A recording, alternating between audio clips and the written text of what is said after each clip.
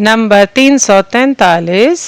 केवल मुक्ति लाभ की दृष्टि से ही नहीं, स्वामी जी का यह नर नारायणवाद मनुष्यों को मनुष्य के निकट सम्मान के उच्च शिखर पर अधिष्ठित करता है।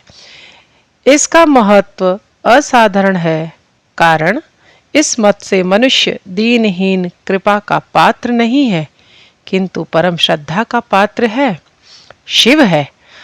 अधिकांश धर्म याजक और पुरोहित गणों ने वे स्वयं ही भगवान के एकमात्र प्रतिनिधि हैं। इस हिसाब से ईश्वर को मनुष्य के पुण्यों का पुरस्कार और पापों का कठोर दंडदाता विचारक इस रूप में आकाश के बहुत ऊपर स्वर्ग में रत्न सिंहासन पर बैठाकर तथा मनुष्य को चिर पापी मानकर उसके लिए अत्यंत नरकों की व्यवस्था की है और स्वर्ग की चाबी पुरोहित के पास रहने से उन्हें विषय संपत्ति और धन आदि के दान से संतुष्ट करने पर पापी तापी लोग वहां का प्रवेश अधिकार प्राप्त करेंगे। यह धर्म का शासन है, ऐसा सिद्ध करके उन्होंने मनुष्यों का शोषण किया है। नंबर 344। इस मारात्मक मत के विरुद्ध स्वामी जी ने शिकागो धर्म महासम्मेलन में उदात्त कंठ से घोषणा की, हे अमृत की संतानों, कौन कहता है तुम पापी हो? तुम्हें पापी कहना भी पाप है। तुम हो अमृत तत्व के अधिकारी। उस परम पुरुष को ज्ञात करके तुम जन्म मृत्यु के उस पार चले जाओ। मुक्ति लाभ का अन्य कोई मार्ग नहीं है।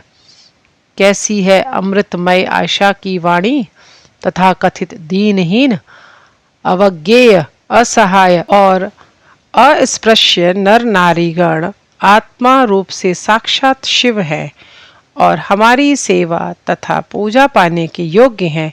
इस महावाणी का जोर के साथ प्रथम प्रचार किया है स्वामी विवेकानंद ने और उनके अंतः प्रेरक है भगवान श्री रामकृष्ण। नंबर 345। वर्तमान काल में हम देखते हैं कि सारे विश्व में एक मनुष्य दूसरे मनुष्य को इस एक राष्ट्र अन्य राष्ट्र को अपने अपने भोग स्वार्थ चरितार्थ करने के निमित्त निर्ममता पूर्वक ध्वंस कर रहा है। इस युग में मनुष्य के हाथ से मनुष्य की लांछना, मानवता की अमानवता, मनुष्य के प्रति मनुष्य की हीन दृष्टि तथा प्रभुत्वपूर्ण और अपमान सूचक व्यवहार चरम सीमा को प्राप्त कर चुका है। मनुष्य के प्रति घातक शत्रु भाव पोषण के कारण मनुष्य ने जंगली हिंस पशुओं को भी अतिक्रम कर डाला है। प्राच्य और पाश्चात्य के शक्तिमान तथा कथित उन्नत राष्ट्र अपनी राष्ट्रीय उन्नति और स्वदेश सेवा के पुण्य नाम से एवं जगत में शांति प्रतिष्ठा तथा सभ्यता के विस्तार की दुहाई देकर दुर्बल और अनुन्नत राष्ट्र समूहों का सर्वस्व शोषण कर उसका सर्वनाश साधन कर रहे हैं। पाश्चात्यों की दृष्टि में अपाश्चात्य, अश्वेत, अक्रिश्चियन मनुष्य ही नहीं है असभ्य, बर्बर। उनके लिए भोग सामग्री उत्पन्न करने के यंत्र स्वरूप वे ईश्वर द्वारा सृष्ट हैं।